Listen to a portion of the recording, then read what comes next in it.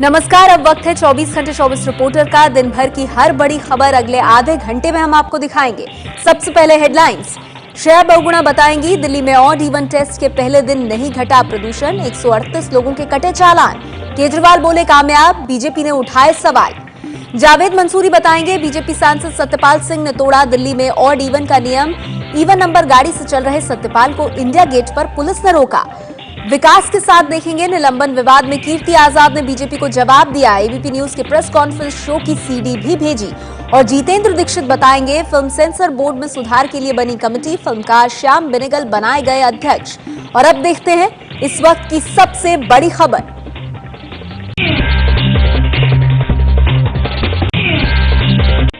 दिल्ली में पहले दिन ऑड इवन से उम्मीद की जा रही थी कि प्रदूषण पहले से कम होगा, लेकिन जो आंकड़े सामने आए हैं वो कुछ और ही कहानी बयां कर रहे हैं। दिल्ली में आज सिर्फ ऑड नंबर के लाइसेंस वाली गाड़ियां ही उतरी थी, यानी जिन गाड़ियों के अंत में नंबर 1, 3, 5, 7, 9 जैसे नंबर थे, यानी दिल्ली में आधी गाड़ियां ही सड़क पर उतरी। ऐसी उम्मीद थी कि 31 दिसंबर के मुकाबले 1 जनवरी को प्रदूषण का स्तर कम होगा, लेकिन दिल्ली पोल्यूशन कंट्रोल कमेटी ने जो आंकड़े जारी किए उससे ऐसा नहीं लगता। दिल्ली के आनंद विहार में 31 दिसंबर को दोपहर 4 बजे हवा में प्रदूषण का स्तर 395 था, वहीं आज ये 475 था। 31 दिसंबर को 5 बजे स्तर 484 था, वहीं आज यानी 1 जनवरी को स्तर 722 था। दक्षिणी दिल्ली के आरके पुरम में भी हाल बुरा था। 31 दिसंबर को 4 बजे प्रदूषण का स्तर 189 था, तो आज ये 537 था। 5 बजे कल 213 था, तो आज ये 489 था। साफ है कि ऑड इवन लागू होने के बाद इन जगहों पर प्रदूषण और बढ़ा है। हालांकि इसकी वजह क्या है, इसका विश्लेषण अभी करना बाकी है। हालांकि आम आदमी पार्टी सरकार ने दावा किया है कि कल के मुकाबले आज प्रदूषण कम हुआ है। दिल्ली में आज से लागू हुए ऑड इवन फॉर्मूले को बीजेपी सांसद सत्यपाल सिंह ने तोड़ा। इंडिया गेट पर ट्रैफिक पुलिस के कांस्टेबल ने सत्यपाल सिंह को रोका। 1 जनवरी से 15 जनवरी तक दिल्ली में आजमाए जा रहे ऑड इवन रूल को पहले दिन ही तोड़ते हुए पाए गए बीजेपी के सांसद सत्यपाल सिंह। इंडिया गेट पर गुजरते वक्त ट्रैफिक कांस्टेबल ने रोका। सत्यपाल सिंह आज नियम के तहत ऑड नंबर वाली गाड़ी की जगह इवन नंबर वाली गाड़ी से जा रहे थे, जबकि सत्यपाल सिंह ने दावा किया है कि उन्हें सुरक्षा मिली हुई है, इसलिए उन्हें इस नियम से छूट है। सत्यपाल सिंह खुद मुंबई के पुलिस कमिश्नर रह चुके हैं और बागपत से बीजेपी के सांसद हैं। दिल्ली में ऑड इवन व्यवस्था से कई लोग खुश नजर आए, तो कुछ लोगों को नई व्यवस्था से खासी दिक्कत हुई। एबीपी न्यूज ने ग्राउंड जीरो पर जाकर जायजा लिया। ऑड इवन व्यवस्था लागू होने के बाद आपके चैनल एबीपी न्यूज ने सबसे पहले इन्हीं सीएनजी ऑटोज का रियलिटी चेक किया।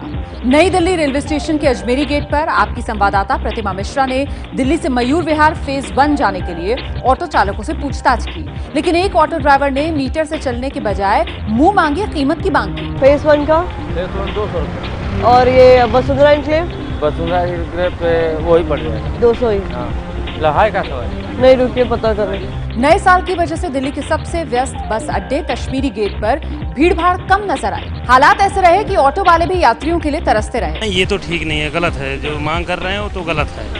उनको तो सबक सिखाना चाहिए दिल्ली पुलिस को। ऑटो के बाद आपके चैनल ने दिल्ली में डीटीसी की बसों का भी रियलिटी टेस्ट किया। दिल्ली की सड़कों पर डीटीसी की सीएनजी बसें भी खूब दौड़ रही हैं। इसके अलावा केजरीवाल सरकार ने जो 3000 अतिरिक्त बसें चलाने का ऐलान किया था, वो भी सड़कों पर नजर आई। नए साल का पहला दिन होने की वजह से इन बसों में भीड़ नहीं के बराबर थी, इसीलिए लोगों को ज्यादा दिक्कतें नहीं हुई। आज मेट्रो में भी आम दिनों की तुलना में भीड़ कम थी, इसीलिए ज्यादा दिक्कत नहीं हुई। केजरीवाल ही नहीं, आज उनके सभी मंत्री भी ऑड इवन स्कीम का पालन करते हुए दिखाई दिए। दिल्ली के पर्यटन मंत्री कपिल मिश्रा बाइक से सचिवालय पहुंचे। कपिल मिश्रा के पास ऑड नंबर की कार है, लेकिन उन्होंने 15 दिन कार सड़क पर नहीं उतारने का फैसला किया है। दिल्ली सरकार के महिला एवं बाल विकास मंत्री संदीप कुमार तो बस में सचिवालय के लिए पहुंचे। संदीप के पास भी ऑड नंबर की कार है, लेकिन लोगों का हाल देखने के लिए उन्हें बस ज्यादा सही विकल्प लगा। दिल्ली सरकार के पर्यावरण मंत्री इमरान हुसैन ई रिक्शा से ऑफिस के लिए निकले। डिप्टी सीएम मनीष सिसोदिया आज तो कार से सचिवालय पहुंचे, क्योंकि उनके पास ऑड नंबर की कार है, लेकिन कल वो बेटे की साइकिल से दफ्तर जाएंगे। सचिवालय पहुंचने के बाद परिवहन मंत्री गोपाल राय जायजा लेने के लिए बस से निकल गए। साल के पहले दिन सड़कों पर कम भीड़ नजर आई हो, लेकिन केजरीवाल और उनकी सरकार के तमाम मंत्रियों ने अलग अलग साधन का इस्तेमाल कर ये बताया कि ऑड इवन फॉर्मूले की सफलता की शुरुआत खुद उनसे ही हो रही है। दिल्ली के सीएम अरविंद केजरीवाल ने ऑड इवन स्कीम को कामयाब बताया। केजरीवाल खुद इनोवा कार पूल करके काम पर निकले। दिल्ली में ऑड इवन फॉर्मूले का पहला दिन और केजरीवाल समेत सरकार के सभी मंत्री इसका पालन करते दिखे। मुख्यमंत्री अरविंद केजरीवाल, परिवहन मंत्री गोपाल राय और स्वास्थ्य मंत्री सत्येंद्र जैन एक साथ इनोवा कार में सचिवालय पहुंचे। रोज ही कभी मनीष मेरी गाड़ी में बैठा होता है, कभी सतेंद्र बैठा होता है। वोट करेंगे 15 तारीख तक तो पक्का करेंगे। दिल्ली में आज से लेकर 15 जनवरी तक ऑड इवन स्कीम लागू रहेगी। रविवार को छूट मिलेगी। केजरीवाल भले ही ऑड इवन स्कीम के सफल होने का दावा कर रहे हों, लेकिन बीजेपी और कांग्रेस ने स्कीम पर ही सवाल उठाए हैं। इसे लेकर के फ्राइडे तक एक रियल एसेट टेस्ट इसका होगा और अगर श्रेय लेना है तो जरा 15 दिन बाद थोड़ा सब्र कर लें, थोड़ा देख लें। 2000 चालान 2-3 घंटे के अंदर हो गए हैं। अगर कोई महिला का पास अगर 12 साल और 14 साल दोनों मोर देन 12 इयर्स ओल्ड बच्चे हो तो वो किस दोनों को साथ में लेके जाना है तो वो क्या करेंगे। राजनीतिक दल भले ही अपना नफा नुकसान देखकर राजनीतिक बयानबाजी कर रहे हों, लेकिन इस फॉर्मूले को सफल बनाने में जुटी दिल्ली की पुलिस आज के दिन से मिले रिस्पॉन्स से बेहद खुश है। साल के पहले दिन कई लोग छुट्टी पर थे, इसलिए ऑड इवन स्कीम का सही मायने में टेस्ट नहीं हो पाया। असली टेस्ट सोमवार को होगा जब सब लोग ऑफिस जाएंगे। आज 1 जनवरी होने की वजह से सड़कों पर भीड़ कम रही। आज प्राइवेट सेक्टर छुट्टी पर था, इसलिए ऑफिस के लिए सुबह निकलने वाले सड़क पर नहीं उतरे। 4 दिनों का वीकेंड होने की वजह से शहर से बाहर भी काफ़ी लोग छुट्टियों का मज़ा लेने निकले हुए हैं। दिल्ली के अंदर आज ऑड इवन काफ़ी सक्सेसफुल रहा, काफ़ी सक्सेसफुल चल रहा है और इवन नंबर की बहुत ही कम गाड़ियां सड़क पे दिख रही हैं और कुछ एक गाड़ियों को जब ऑफिसर्स ने रोका भी तो वो या तो सीएनजी व्हीकल निकले या एग्जाम्स कैटेगरी के निकले। तो बाय एंड लार्ज दिल्ली के लोगों ने इसको बहुत खुले मन से और बहुत अच्छे से इसको अपनाया है। कल शनिवार को वैसे भी भीड़ कम होती है और फिर रविवार को ऑड इवन का फॉर्मूला लागू नहीं है, इसलिए ऑड इवन का असली टेस्ट सोमवार को होगा, जिस दिन दिल्ली साल के पहले कामकाज वाले दिन सुबह सुबह सड़क पर उतरेगी। हालांकि परिवहन मंत्री गोपाल राय सोमवार को असली परीक्षा होने से इनकार कर रहे हैं और कह रहे हैं कि दिल्ली इस इम्तिहान में पास हो गई है।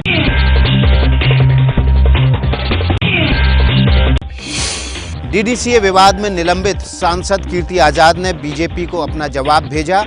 जवाब में एबीपी न्यूज के कार्यक्रम प्रेस कॉन्फ्रेंस की सीडी की कॉपी भी भेजी। कीर्ति आजाद ने बीजेपी के नोटिस के जवाब के साथ एबीपी न्यूज के शो प्रेस कॉन्फ्रेंस में दिए अपने इंटरव्यू की सीडी की कॉपी भी भेजी है। मैंने तो किसी व्यक्तिगत नाम नहीं लिया और ये मामला आज का तो है नहीं, ये तो मामला पिछले 9-10 सालों से चल रहा है। कीर्ति आजाद ने कहा है कि डीडीसीए एक अलग संस्था है और उसका बीजेपी से कोई लेना देना नहीं है, ये क्रिकेट का मामला है। 20 दिसंबर की प्रेस कॉन्फ्रेंस में मैंने अरुण जेटली या पार्टी के किसी भी नेता का नाम नहीं लिया। मैंने कभी पार्टी फोरम से बाहर जाकर ये आरोप नहीं लगाए कि पार्टी के लोग भ्रष्टाचार में लिप्त हैं। अगर मैंने ऐसा कहा है तो एक भी बयान मुझे दिखाएं। मैं पार्टी का 22 साल पुराना समर्पित सिपाही हूँ। मैंने पार्टी का कोई अनुशासन नहीं तोड़ा है। आपसे अपील है कि मेरे खिलाफ जो कार्रवाई की गई है उसे रद्द किया जाए। बीजेपी ने कारण बताओ नोटिस भेजकर कीर्ति आजाद से 10 दिनों के भीतर जवाब देने को कहा था। माल्टा प्रशासन ने इंटरपोल के जरिए भारतीय एजेंसियों को दी सूचना। ललित मोदी माल्टा में नहीं, इसलिए नहीं हो सकती गिरफ्तारी। भारतीय एजेंसियों ने अगस्त 2015 में इंटरपोल की मार्फत माल्टा प्रशासन को सूचना दी थी कि पूर्व आईपीएल कमिश्नर ललित मोदी माल्टा में मौजूद हैं। प्रवर्तन निदेशालय ने उनके खिलाफ भारत में पीएमएलए के तहत मुकदमा दर्ज किया हुआ है, जिसमें कोर्ट ने उनके खिलाफ गिरफ्तारी वारंट जारी किए हैं और इंटरपोल में उनके खिलाफ रेड कॉर्नर नोटिस जारी कराने की कार्रवाई जारी है, लिहाजा उन्हें गिरफ्तार कर लिया जाए। लेकिन 4 महीने बाद माल्टा प्रशासन ने सूचना दी है कि ललित मोदी माल्टा में मौजूद ही नहीं है। इस सूचना के बाद प्रवर्तन निदेशालय ने भारतीय विदेश मंत्रालय के समक्ष कुछ नए तथ्य रखे हैं, जिनके आधार पर मोदी को लंदन से भारत लाने की कार्रवाई एक बार फिर शुरू की जाएगी। आने वाले समय में ललित मोदी एक बार फिर मुश्किल में पड़ सकते हैं, क्योंकि प्रवर्तन निदेशालय ने उन्हें लंदन से प्रत्यार्पित कर भारत लाने की कार्रवाई शुरू कर दी है। सोनिया गांधी के दामाद रॉबर्ट वाड्रा के जमीन सौदों को रद्द करने वाले आईएएस अधिकारी अशोक खेमका को हरियाणा में प्रिंसिपल सेक्रेटरी रैंक का अफसर बनाया गया है।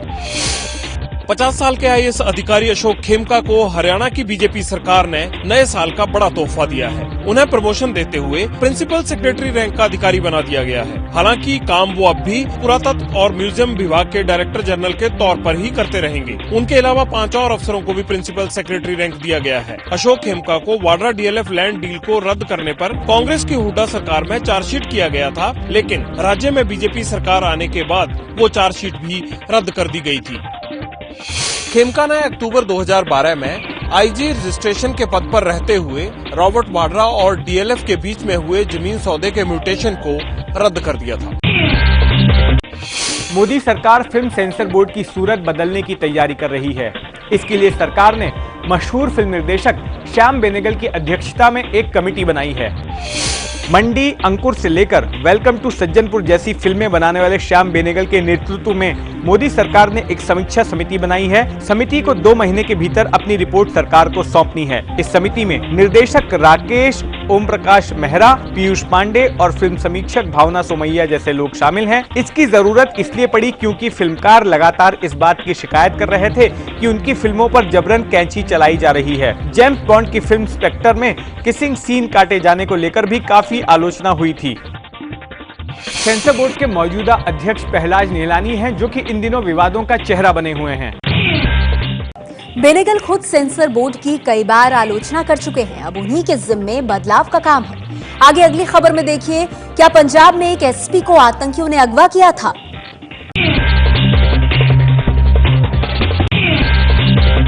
कार समेत अगवा हुए पंजाब के गुरदासपुर में एसपी सलविंदर सिंह। लुटेरों ने एसपी को उतारा और उनकी एक्सयूवी कार ले गई।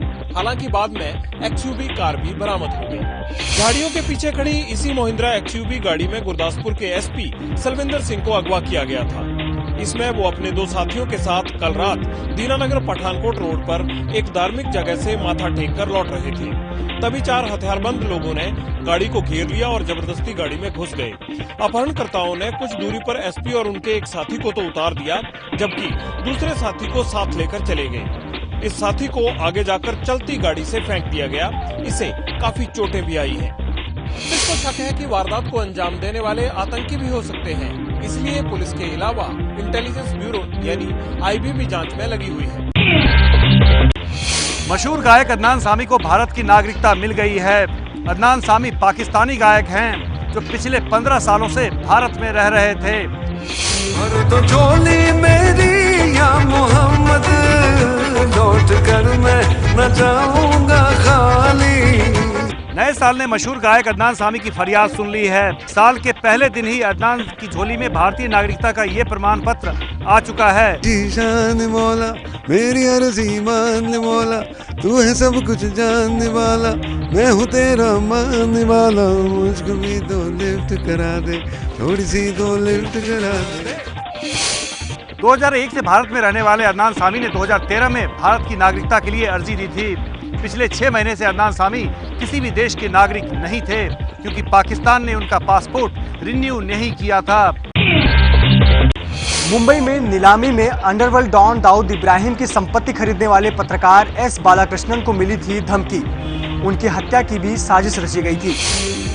9 दिसंबर को मुंबई में अंडरवर्ल्ड डॉन दाऊद इब्राहिम के संपत्ति की नीलामी की ये तस्वीरें याद होंगी। इस नीलामी में दाऊद के होटल दिल्ली जायका को हासिल करने वाले टाइम्स ऑफ इंडिया के पूर्व पत्रकार एस बालाकृष्णन को सुर्खियां भी मिली थी और दाऊद के दायां हाथ छोटा शकील की धमकी भी। बालाकृष्णन के मुताबिक छोटा शकील ने उन्हें नीलामी में शामिल होने पर अंजाम भुगतने की धमकी दी थी। मुंबई पुलिस के एंटी एक्सटॉर्शन सेल ने सैयद अब्बास नाम के आरोपी को मुंब्रा इलाके से गिरफ्तार किया है। सैयद अब्बास एक पुराना अपराधी है। हत्या की कोशिश के कई मामले उस पर दर्ज हैं। सैयद अब्बास के पास से दुबई का सिम कार्ड, फोन और कुछ नकदी बरामद हुए हैं। दाऊद के होटल के लिए बोली लगाने के सवाल पर पूर्व पत्रकार एस बालाकृष्णन ने कहा कि हम देश की जनता को मैसेज देना चाहते हैं कि हम दाऊद से नहीं डरते।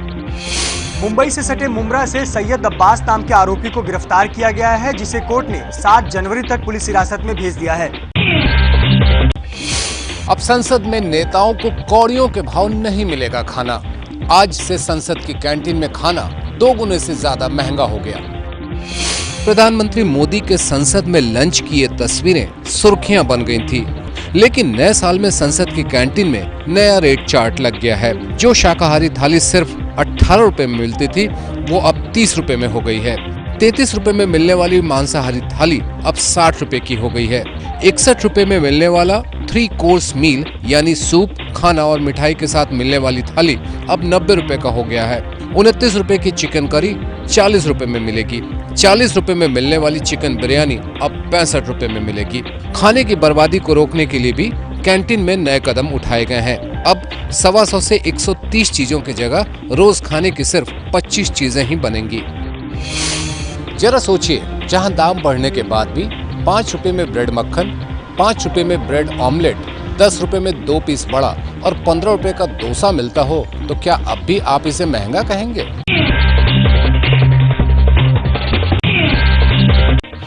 जम्मू कश्मीर के रामबन में बड़ा हादसा। यहां बन रही चिनैनी नाशी टनल में काम करने वाले 10 मजदूरों की आग लगने से मौत। आग की इन भयावह लपटों में 10 जिंदगियां जलकर राख हो गई हैं। सभी मृतक मजदूर जम्मू श्रीनगर हाईवे पर बन रही नाशी टनल के प्रोजेक्ट में काम करते थे और दिनों की तरह ये मजदूर रात में अपनी बैरक में सो रहे थे कि अचानक आसपास बैरक में आग लग गई। कुछ मजदूर समय रहते आग की चपेट से दूर निकल गए, लेकिन 10 मजदूर इतने खुशकिस्मत नहीं निकले। प्राथमिक जांच में पता चला है कि आग शॉर्ट सर्किट की वजह से लगी थी। राजस्थान के जोधपुर से एक बुरी खबर। यहाँ एक सड़क हादसे में 5 लोगों की मौत हो गई। जोधपुर में एक निजी बस की टैंकर से भीषण टक्कर हो गई। टक्कर इतनी जबरदस्त थी कि जोधपुर से पोखरण जाती हुई बस के आगे से परखच्चे उड़ गए। हादसा जैसलमेर रोड पर बम्बोर गांव के नजदीक हुआ। हादसे के बाद बस का ड्राइवर फरार है। हादसे में जख्मी करीब 15 लोगों को अस्पताल में भर्ती कराया गया है। पंजाब में बादल सरकार ने लोगों के लिए मुफ्त धार्मिक यात्रा की स्कीम शुरू की। मुख्यमंत्री तीर्थ दर्शन योजना के तहत अमृतसर में पंजाब के उप मुख्यमंत्री सुखबीर बादल ने आज इस सजी धजी ट्रेन को रवाना किया और इसके साथ ही राज्य सरकार की मुफ्त धार्मिक यात्रा की स्कीम शुरू हो गई। पहली ट्रेन महाराष्ट्र के नांदेड़ के हजूर साहब के लिए रवाना हुई। इसमें सारे लोग अटारी विधानसभा क्षेत्र के थे। आने वाले दिनों में पंजाब के दूसरे शहरों से भी इसी तरह अजमेर शरीफ, काशी और वैष्णो देवी के लिए भी ट्रेनें जाएंगी। पंजाब में गुरु ग्रंथ साहब की कथित बेअदबी के बाद पंजाब सरकार ने सद्भावना के लिए ये स्कीम शुरू की। नए साल के मौके पर शिरडी के साईं मंदिर में उमड़ी भक्तों की भीड़। साल की शुरुआत साईं दर्शन से करने के लिए रात 12 बजे ही मंदिर के खोले गए पट। ये तस्वीरें शिरडी के साईं मंदिर की हैं, जहां रात 12 बजे ही लोग दर्शन के लिए उमड़ पड़े। साईं का आशीर्वाद लेने में आम लोगों के साथ ही कई मुख्यमंत्री भी आगे रहे। मध्य प्रदेश के मुख्यमंत्री शिवराज सिंह चौहान और छत्तीसगढ़ के मुख्यमंत्री रमन सिंह ने भी नए साल पर साईं का आशीर्वाद लिया। नए साल के मौके पर साईं मंदिर को भक्तों ने दान भी झोली भर कर दिया। रमन सिंह ने छत्तीसगढ़ में साईं मंदिर बनाने की पेशकश की। उत्तराखंड सरकार भी साईं मंदिर बनाने के लिए उत्तराखंड में जमीन देने की पेशकश कर चुकी है। 24 घंटे 24 रिपोर्टों में अब तक आपने जो खबरें देखी उनमें शामिल थी ये खबरें। दिल्ली में ऑड इवन स्कीम लागू, प्रदूषण में कमी नहीं, अशोक खेमका को हरियाणा सरकार ने दिया प्रमोशन और पाकिस्तान के गायक अदनान सामी बने भारतीय नागरिक।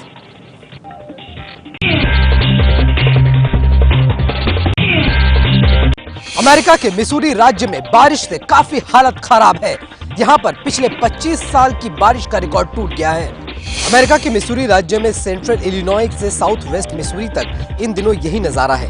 एक हफ्ते में 20 इंच हुई बारिश से इस मिसूरी राज्य से गुजरने वाली तीनों नदियां मिसूरी, मेरामेक और मिसिसिपी उफान पर हैं। इलाके में ट्रेन और बस सेवाएं तो बंद थी ही, पिछले 2 दिनों से एयरपोर्ट भी पूरी तरह ठप है। रनवे और उसके किनारे खड़े हवाई जहाज पानी में डूबे हैं। बाढ़ के कारण सबसे ज्यादा तबाही मिसूरी के सेंट लुई इलाके में हुई है। यहाँ बाढ़ से कम 20 मौतें हो चुकी हैं।